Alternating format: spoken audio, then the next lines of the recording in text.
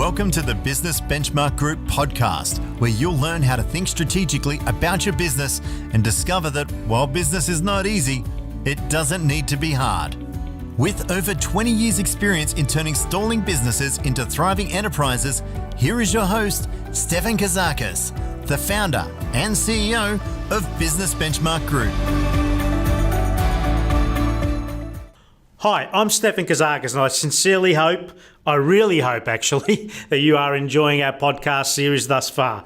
I guess the feedback we've been getting and the energy it's creating has been really positive, and we look forward to continuously be adding to our library regarding our podcast and many other aspects of how we share and contribute to the small business world out there in Melbourne, Australia and the world. So we're pretty excited about that. Today our podcast is going to be focusing on partnerships, and the ultimate, I guess, essence of partnerships is the understanding of who's doing what by when, but at a very higher level, because the stakes are so much higher when it's partnerships. And the thing I've learnt, I guess, over my 30 or so years in business, and I will say this, all my problems today started out as a great idea.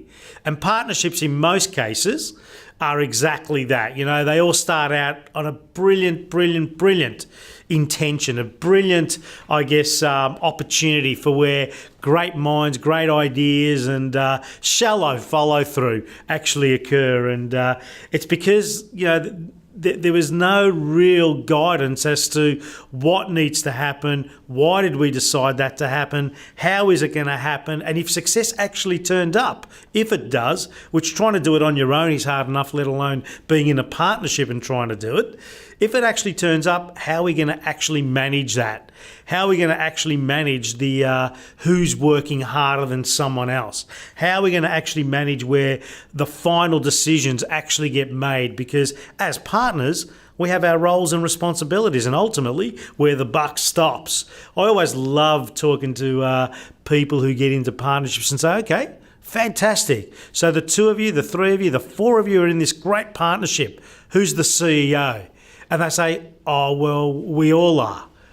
And it's really quite interesting because I've yet to meet an organisation, and most importantly in the small business world, where there are 4 CEOs. That's a recipe for huge disaster. So, you know, I don't mean to be laughing at the ones that may be listening to this and thinking, holy shit, he's talking to me.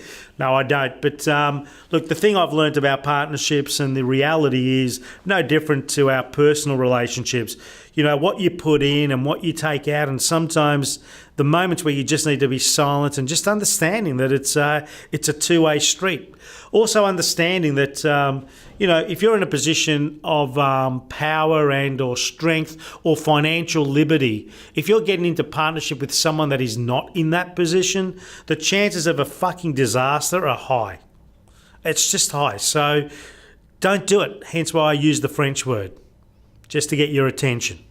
The chances of having, I guess, plenty of opportunity or alternatives, and someone else doesn't, that is a recipe for disaster. You need to be getting into partnerships with people who you believe you have an equal experience in making money, losing money, creating outcomes by understanding where are the risks. No different to the most experienced people in the world who get married for the 5th time. They have prenuptials. Funny that. I can guarantee you in their first marriage they never had one. No different in business. What is your prenuptial? What is the guarantee of a $10,000 investment in a partnership agreement that has a prenuptial in place? Anyway, I look so forward to you hearing this podcast and sharing with us your views on how your partnerships and or stories of partnerships have worked and or been fatal disasters. I'm Stefan Business Benchmark Group, where all small business owners need to focus on what they're good at, and ultimately partnerships is what they need to be working on to be better at if that's what they're doing. Stefan Okay, think tank. I want you to think. I want you to think right now. I want you to stretch your thought process. We're on theme here regarding partnerships, right? So partnerships versus alternatives. See, if I'm in a partnership, if I'm considering a partnership, and my alternatives are high, as in I've got choices. Do I need to be here versus being somewhere else? I'm managing 4 other businesses, I might as well manage this one as well. See, if I've got high alternatives and I'm thinking about getting into another partnership, or I'm on the other side reviewing someone that I think, hang on, they've got the money, they've got the expertise, they've got the track record, I don't, but that would be a good partnership. You know that euphoria thing I was talking about before? Just think about this for a moment. If I'm getting into a partnership with someone that's got high alternatives, I'm going to ask you to go slow and think this through, because you're going to get hurt. If I'm entering a partnership where the alternatives are low, in other words, I've got no choices, I really don't have any choices, this is the only thing I can do to move this forward, or I prefer to not have any other choices, and if we're going to go down or go up, I'd want to do it with someone so I felt, I felt popular in a sinking ship. If you have low alternatives when it comes to partnerships or relationships or any type of negotiation, I'm going to ask you to go slow and think this through. I'm going to ask you to tap someone like me on the shoulder, or Damien, and say, I've got an idea about this. Can you just help me see maybe the second, third and fourth version of it versus I'm getting into a partnership and this sounds like a great idea because I have no alternatives. Does that make sense? So when it comes to alternatives, she who has the greatest alternatives has the power. Does that make sense? If I don't need to do this and I'm only doing it because I'm interested in profiteering, or I'm going to be the brains and you're going to be the brute, there'll be a problem. Does that make sense?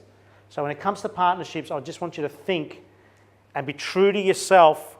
What are my alternatives? If they're low, go slow, think it through. If they're high, go slow, think it through. There is nothing more damaging than going into a relationship where your alternatives were high and now this becomes your biggest distraction. Does that make sense? And you will get distracted. Because remember, if you had high alternatives, you've got brain and you've got money. In other words, you've got experience, okay? You've got a track record. You get into business with someone that doesn't, you will be distracted because the other side doesn't understand the splitting of the tasks, the splitting of the responsibilities. I'm talking to a few people that are experiencing this right now in the room, okay? So you've got to think that through. So, high alternatives, go slow, think it through. Low alternatives, go slow, think it through. In other words, be strategic and ensure that there's critical thinking in the decision. Is that cool? Again, on the same theme. What are the components of a successful partnership? What are the components, the key components? Firstly, there must be a desire. There must be a fire in the belly that says, hang on, you know what, we can do this. Let's do this. I am going to do this. We are going to do this. There must be a desire. If there's no desire and you're nudging someone to get into a partnership with you, or you're the one that's kicking someone in the shins, come on, let's do it, let's do it. If you're convincing someone to do it, if you're doing the hard sell on someone to do it, then that is something that's going to boomerang on you. Does that make sense? And this is why you go slow to go fast. You've got to go slow.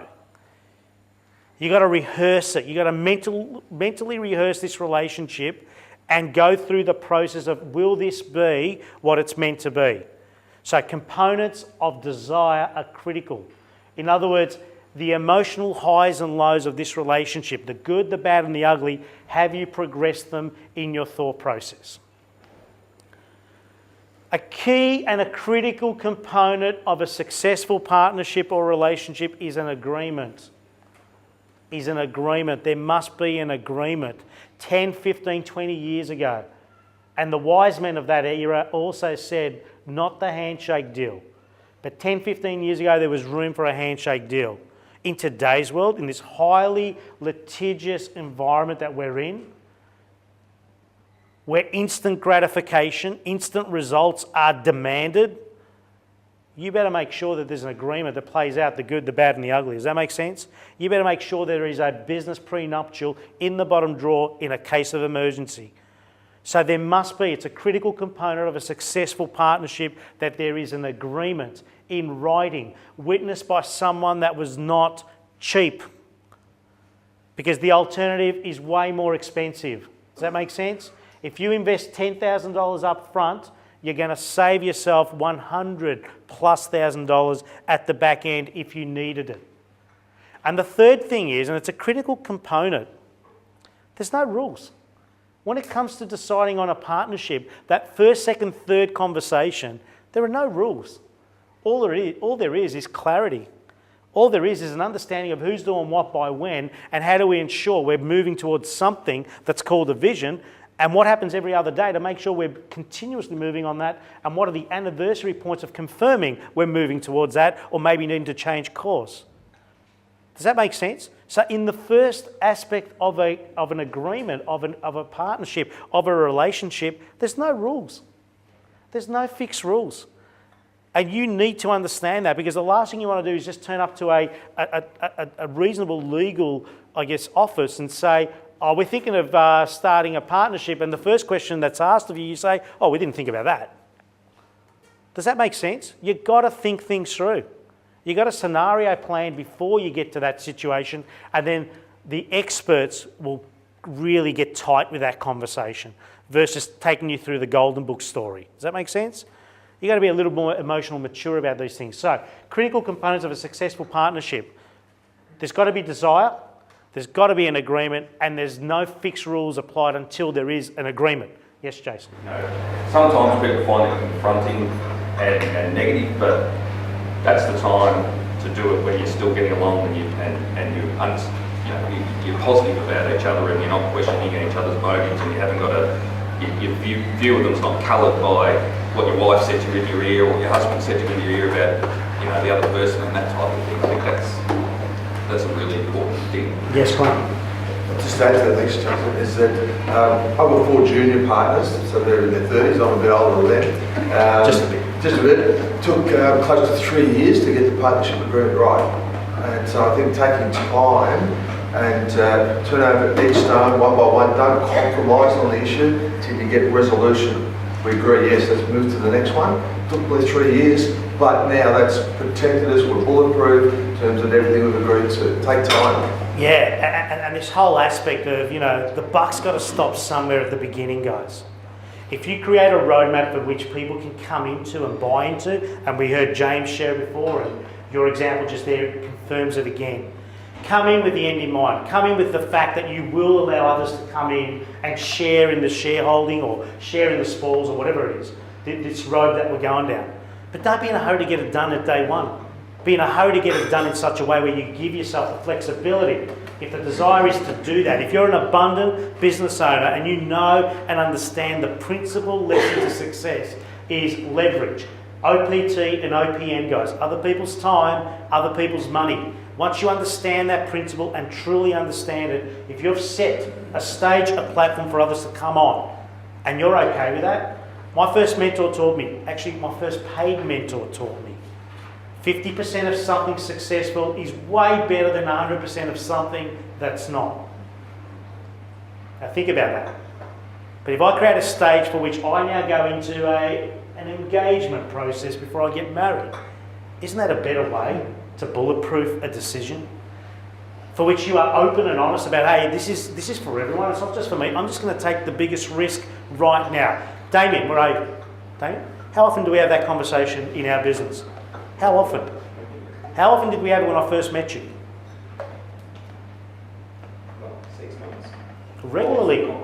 Before we even went into a tango. Every other day, every other week, it's part of our conversation. Listen, I'm going to keep on taking the ultimate risk here. It's my house on the line. But I'm going to build it to such a point where you guys are coming in if you choose to. Because I've chosen. I've already chosen. Does that make sense? As long as we're doing this, and this, by all means. This is not a dance floor. I want to dance on my own. I'm a dancer. I want to dance with people, not on my own. That's lonely. Does that make sense? Full play's good.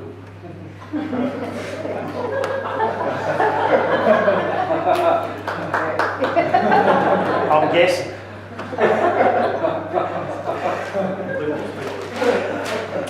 It is, but what's way more important is long-term relationships for life, which is really cool. Positions versus interests. Never really get gobsmacked. Well done. There's a first. Positions versus interests. So when you think about components of a successful partnership, a successful relationship, a successful negotiation, because that's what you're talking about. This is a big negotiation. A partnership is about negotiation. It's about positions and interests. The positions in a successful relationship, in a successful partnership, is all about the behaviour. What we see is people's positions. I'll be the boss. I'll be the internal, you be the external, you take care of the team, I'll take care of the customers, I'll take care of sales. I need to make sure I get $15,000 a month because I've got a high mortgage. Now once I start hearing that sort of stuff, what I'm getting to understand is the interest. What is the motivation behind the behaviour? See, if you go slow in a conversation regarding partnerships or relationships, even in business and negotiation, any type, if you take your time to understand the position, which is the behaviour, and understand with total curiosity the interest, which is the motivation behind the behaviour. You must understand what motivates the other party to be in a marriage with you. You must also be okay to share what motivates your behaviour to be in a relationship with them. Does that make sense? So for some of you who are, I guess, walking the walk of high negotiation, these are critical aspects to take on board. What is the interest and what is the position of the other party? And if you don't have total clarity and total awareness around that, and you are comfortable with where the motivation is coming from, until such time that you are comfortable and aligned with where the motivation is coming from, don't get in the relationship. Does that make sense? Am I making sense? Because this is a think tank. Behaviour, influence for behaviour is their interest. It's your responsibility to get curious as to why. Why are you interested? We heard the questions before from James. Why do you want to get into real estate? What influences the behaviour? If you think getting into real estate means you're going to drive a Porsche or a Lamborghini in 3 months' time, you've got another thing coming. If you don't think you're going to work 7 days a week for at least the first 4 years before you get to that higher level of drinking at the bar, it ain't going to happen. So if you're not okay with that, maybe we need to abort this conversation. Does that make sense? So get really clear. If you're getting into a partnership or relationship, any type of negotiation, positions and interests are critical, as are understanding the alternatives. So what we do in our business is nothing more, nothing less than what we share with what you should be doing in yours. We leave nothing to chance. If you are entering our space officially, you get everything. Does that make sense? We don't flirt with, oh no, hold back. We give it the way it should be given, and we are silent partners in your business. And with that, I just want to say thank you for being here this morning and your contribution. Gratitude. Hi, I'm Stefan Kazakis from Business Benchmark Group. Partnerships, the ups, the downs, and the no doubt swing arounds. I love it. You know, those with the highest alternatives have the power. Be very, very, very clear on what are your options, what are your alternatives, what are you actually saying yes to. If you've just had 6 pots of beer and 4 jugs of the brew that just makes you unbelievably bulletproof, resist the napkin plan of the greatest partnership about to happen. I hope you enjoyed that. We are really, again, we're looking forward to the next several weeks ahead, and there's a handful of business breakthrough workshops. There's a business scalability workshop. If you're in the business of I'm working really hard and I'm leaving money on the table and not getting the squeeze that I really need out of the lemon that's called my business, not so much from the bad aspect of lemon, but the beautiful juice that should be coming, sit around with us. Come and hang around with us for at least 2 or 3 hours and figure out how much money on the table is there for you, and let's share a few strategies as to how do you take it from the table and put it into the bank where the options and the choices are. So we look forward to you coming and sharing a few hours with us in our business breakthrough workshops, the business scalability workshop, and We also look forward to our newest members joining us at our Board of Directors 12 program that's commencing in September onwards. So raise your hand. Don't be shy. Shy people don't get much in life. So we look forward to helping you create better alternatives, more alternatives, and putting you in a position of power. I'm Stefan Kazakas, Business Benchmark Group, where every small business owner can achieve big business success. For more information about Business Benchmark Group's coaching, education, and training programs, visit businessbenchmarkgroup.com.au or call 039001 0878. If you liked this podcast, please rate it on iTunes, Stitcher, or SoundCloud and leave feedback as well. Stefan shares so much value in all his podcasts, and we encourage you to go through the archives and listen to other episodes of the Business Benchmark Group podcast. Thank you for listening.